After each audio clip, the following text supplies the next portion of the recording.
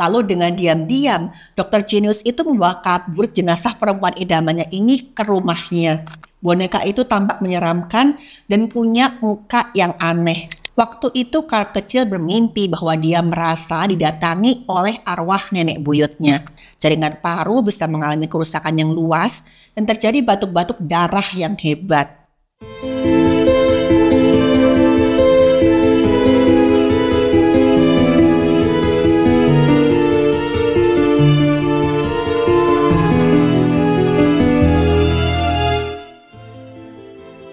Halo, saya Dr. Stefani. Saya seorang dokter spesialis forensik dan mediko-legal, dan saya belajar dari yang mati. Halo teman-teman semua, saya doakan semoga teman-teman selalu bahagia. Kasus kali ini saya ingin cerita tentang seorang dokter yang terlibat dengan kejadian pencurian tubuh orang yang sudah tidak bernyawa. Dan dokter tersebut kemudian menikahi tubuh tidak bernyawa tersebut. Jujur, kejadian pada kasus ini sangat nggak wajar dan tonton terus video ini sampai akhir dan jangan lupa subscribe kalau teman-teman senang dengan video-video saya. Mari kita simak.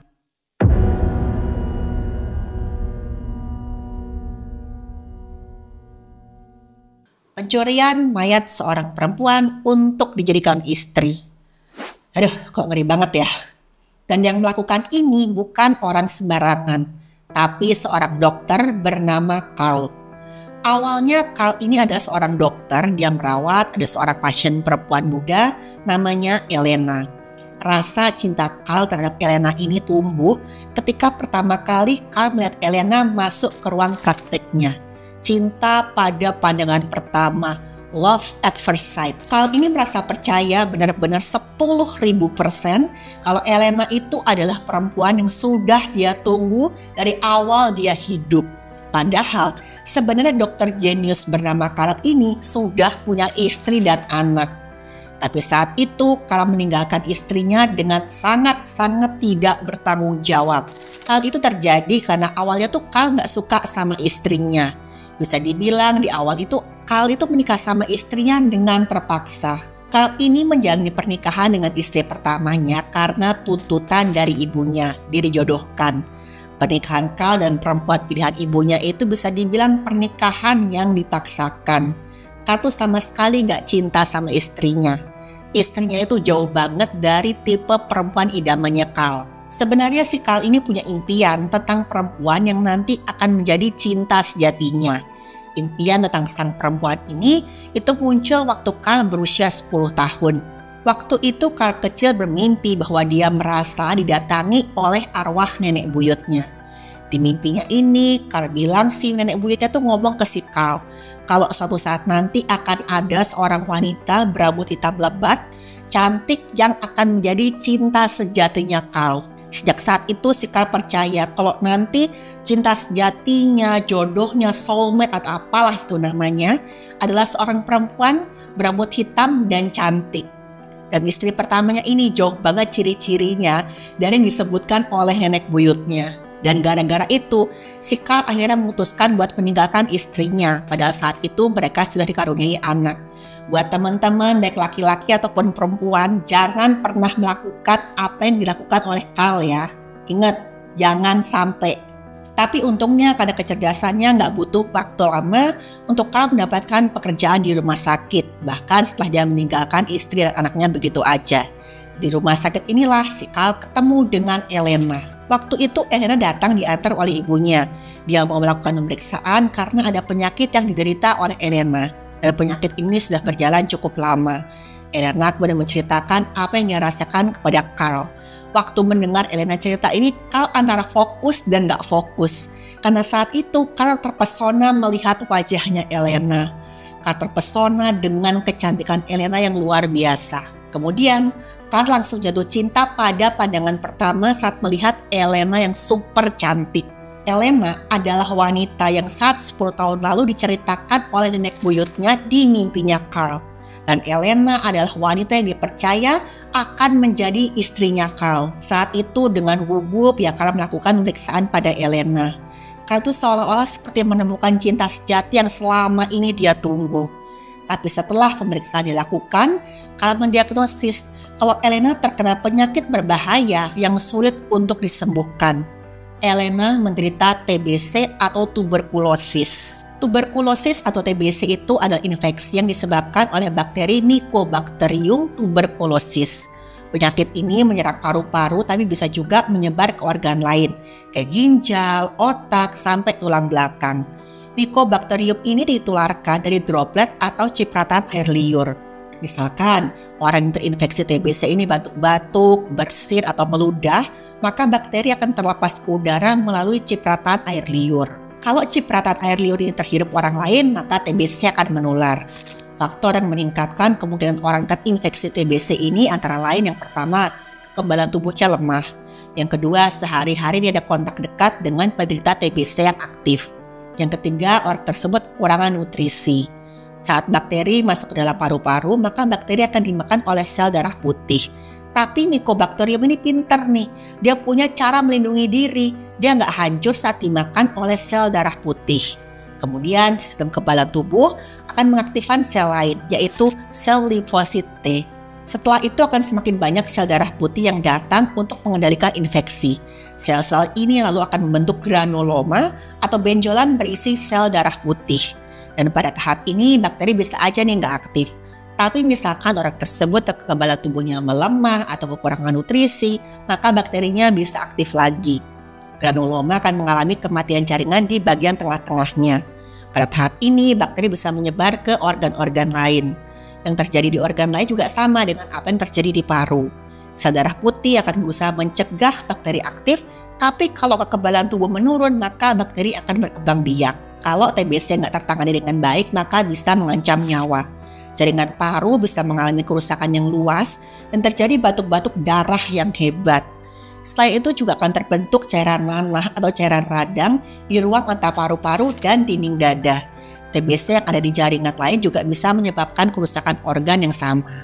Waktu diperiksa oleh Carl diketahui kalau Elena ini sudah di tahap akhir penyakitnya dan diperkirakan hidupnya sudah nggak lama lagi. Udah pasti Elena dan keluarganya merasa sedih waktu dijelaskan oleh si Carl. Kalian menjelaskan ini juga merasa sedih, dia nggak mau kehilangan Elena. Gimana mungkin sih di hari pertama dia ketemu dengan perempuan yang selalu dimimpikannya. Di hari pertama itu juga dia tahu bahwa nyawa perempuan itu nggak akan bertahan lama. Carl tuh pengen banget dia bisa merawat dan selalu bersama Elena, bahkan di hari-hari terakhirnya Elena. Kalau memang Elena harus berpulang. Tapi gimana caranya ya? Akhirnya Carl memutar akal dan menemukan satu ide. Bagaimana kalau Elena itu saya rawat sampai penyakitnya sembuh. Saya yakin bisa menyembuhkan Elena. Carl percaya nih bahwa masih ada keajaiban dan penyakit Elena bisa sembuh. Akhirnya Carl minta izin sama keluarganya Elena. Dia minta izin, dia bilang saya ingin bisa merawat Elena sebisa saya secara intens sampai Elena sembuh. Menganggap si Carl ini memang punya niat baik, akhirnya keluarganya Elena mengizinkan Carl untuk merawat anak mereka. Bahkan, Carl juga menawarkan untuk memberikan perawatan intensif pada Elena di rumah keluarganya Elena. Jadi Elena nggak harus ke rumah sakit, pokoknya Carl yang datang. Elena tinggal tiduran, istirahat, dan Carl akan menyembuhkan Elena. Semua itu ya udah pasti ya dia lakukan untuk mendapatkan perhatian dan cinta dari Elena.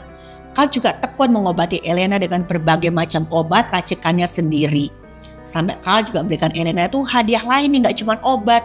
Diberikanlah kalung, cincin, parfum, baju, sampai tas mewah. Walaupun sebenarnya nggak pernah ada bukti kalau Elena ini pernah membalas perlakuan manisnya Carl. Hadiah-hadiah itu dikasih sama Carl dengan alasan kalau Elena harus mendapatkan hal baik selama hari-hari terakhir di hidupnya. Semakin hari tubuh Elena makin lemah meskipun si Carl sudah berjuang, tapi lagi-lagi gak ada yang bisa memisahkan Elena dari takdir. Elena akhirnya meninggal dunia tepat 1 tahun setelah Carl memulai perawatan intensifnya. Udah pastilah Carl merasa sedih bukan main, dia merasa sangat bersalah dan menyalahkan dirinya kenapa saya sebagai dokter saya gak bisa menyelamatkan Elena. Padahal Elena ini adalah gadis yang sangat saya cintai, soulmate saya. Dan saking merasa bersalahnya, Carl sampai membiayai semua keperluan pemakamannya Elena. Dan meninggalnya Elena inilah kemudian menjadi satu titik balik di mana mulailah hal-hal menakutkan yang dilakukan oleh Carl. Setelah Elena dimakamkan, setiap hari Carl tuh gak pernah absen mengunjungi makamnya tanpa terlewat 1 hari pun. Pokoknya kalah deh dengan rajinnya absen di rumah sakit. Di makamnya Elena inilah Carl sering bicara seakan-akan mereka adalah sepasang kekasih. Carl cerita tentang hari-harinya, curhat sama Elena, bahkan Carl juga mengungkapkan rayuan, membacakan puisi, bahkan sampai juga bernyanyi di atas makamnya Elena. Untungnya gak ada orang yang terganggu ya waktu itu. Tapi saat itu Carl belum puas. Carl merasa perlu bertindak lebih jauh dengan meminta izin kepada keluarganya Elena untuk membuatkan sebuah makam yang besar bagi Elena. Untuk teman-teman yang belum tahu, jadi ada sebuah makam yang biasanya berbentuk semacam rumah kecil dari batu. Kalau dimakamkan di sana, biasanya jasad tersebut tuh nggak dikubur di tanah, melainkan ditaruh di dalam bangunan makam.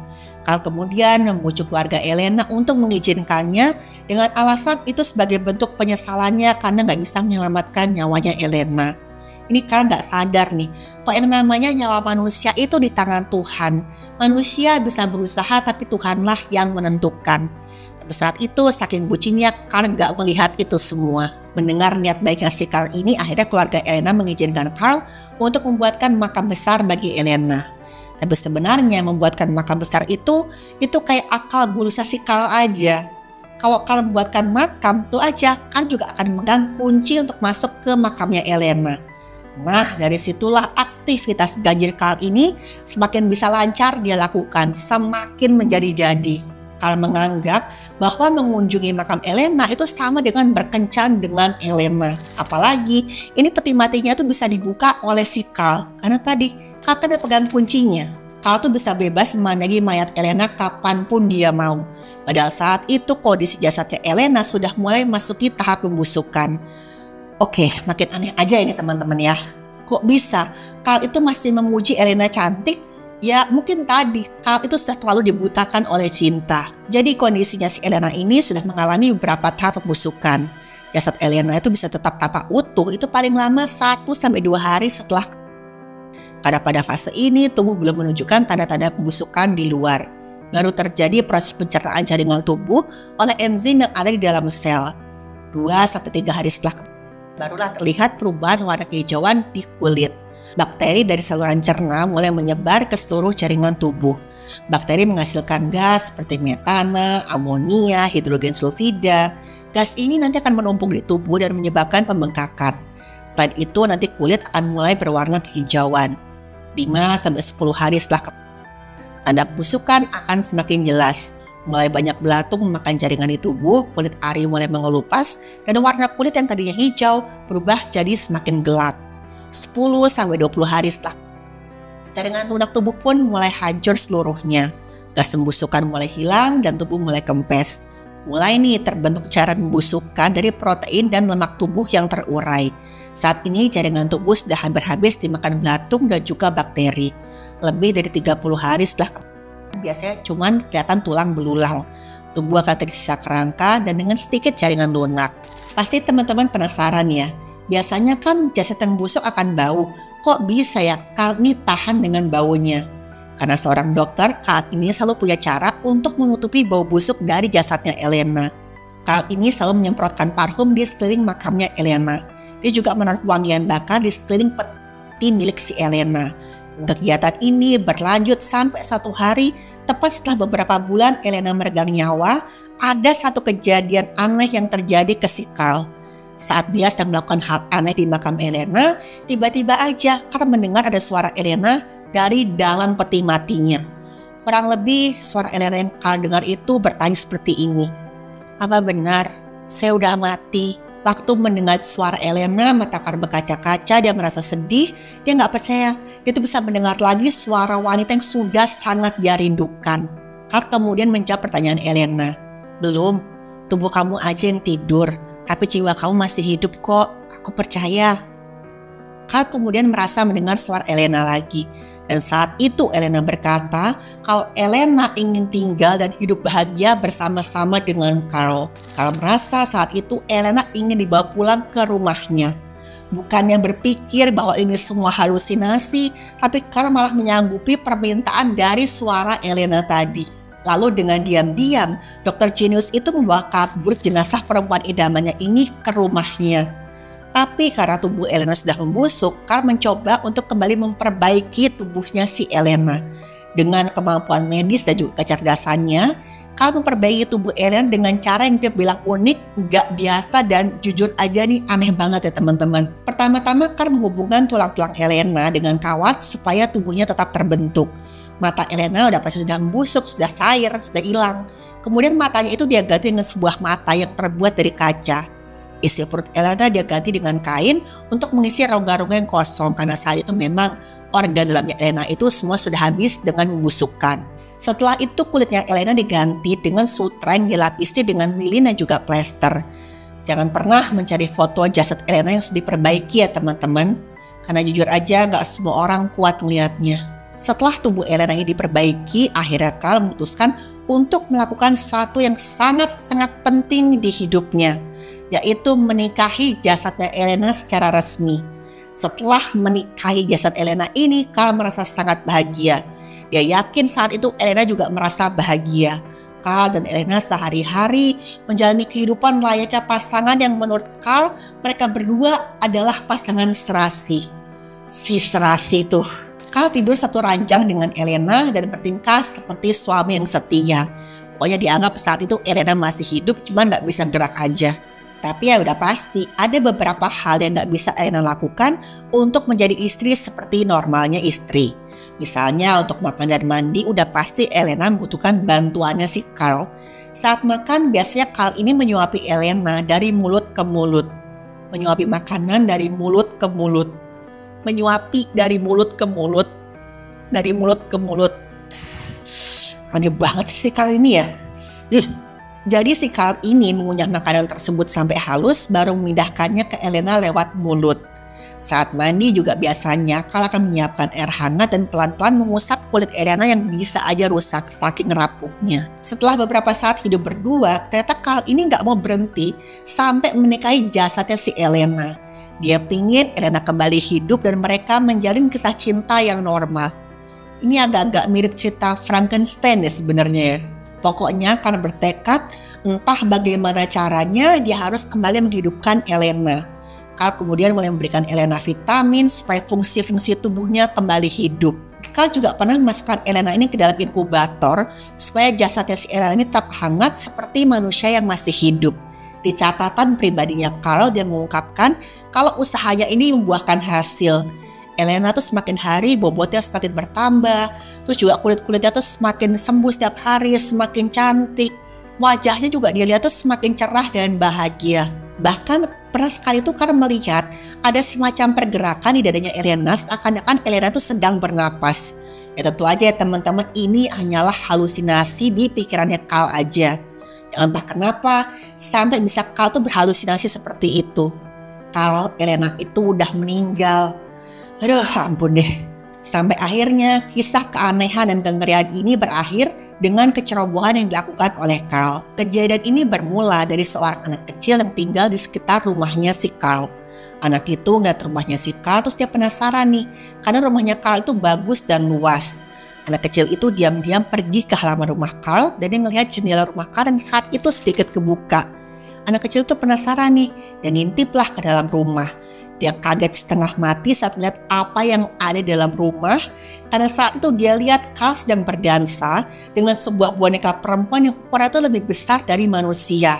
Boneka itu tampak menyeramkan dan punya muka yang aneh. Udah pasti boneka manusia itu adalah Elena yang sudah diawetkan sedemikian rupa oleh Carl. Dari anak kecil itu, kabar kemudian cepat menyebar ke lingkungan rumah Carl dan akhirnya sampai ke telinga salah satu keluarga Elena yang kebetulan memang tinggalnya dekat rumahnya si Carl. Mendengar kabar itu, keluarga Elena itu awalnya nggak percaya. Mereka langsung pergi ke makam Elena untuk mengecek kondisi makamnya Elena. Keluarga Elena kaget setengah mati karena saat itu mereka tidak menemukan jasad Elena di dalam bangunan makamnya. Mereka semakin yakin nih dengan berita yang mereka dengar. Dan saat itulah mereka curiga kalau memang Carl adalah orang yang sudah mengambil jasad Elena dari makamnya. Karena selain pihak keluarga, cuman Carl yang bisa membuka kunci makamnya Elena. Dan waktu mereka datang ke rumahnya Carl, mereka masuk ke dalam rumah, mereka sangat marah, mereka syok karena mereka melihat jasad Elena yang sudah digunakan untuk fantasi gilanya Carl. Akhirnya kakak Elena pun melaporkan Carl ke pihak yang berwenang. Dengan cepat pihak berwenang pun mengamankan si Carl. Carl pun diadili dengan alasan telah menghancurkan makam dan memindahkan jasad dari makam tanpa izin. Tapi anehnya saat ditangkap, Carl tuh mengatakan sesuatu yang lebih nggak masuk akal dari sebelumnya. Carl tuh bahkan bilang kok dia sudah membangun roket untuk membawa tubuh Elena keluar angkasa, di mana ada semacam radiasi tertentu yang bisa menghidupkan Elena kembali. Carl juga sempat meminta kembali jasad Elena dengan alasan dialah suami sahnya Elena. Tapi tentu aja permintaan Carl ini nggak disetujui oleh keluarga Elena dan juga pihak pengadilan. Pihak keluarga Elena takut kok Carl ini akan bertindak lebih jauh lagi dengan jasadnya Elena. Akhirnya jasad Elena dimakamkan kembali oleh pihak keluarga. Pihak keluarga merahasiakan lokasi makam Elena agar nggak diambil oleh siapapun. Mereka takut ada orang lain yang terinspirasi untuk berbuat sama seperti Carl. Akhirnya makam Elena nggak dinamai untuk menjaga hal itu supaya nggak terjadi. Tapi ada dua pendapat terkait kasus ini. Ada yang menganggap kok tindakan Carl ini mengerikan, kebangetan banget.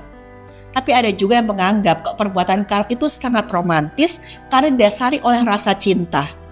Oke, tapi apapun itu kasus ini adalah pencurian. Dan ini adalah hal yang sangat tidak menyenangkan. Tentu aja ada hukum yang mengatur hal itu. Pesan saya cuma satu, hidup yang normal-normal aja ya teman-teman. Terima kasih udah menyimak video ini. Mari kita saling mendoakan satu sama lain dan terus berbuat baik yang tidak merugikan diri kita apalagi orang lain. Aneh.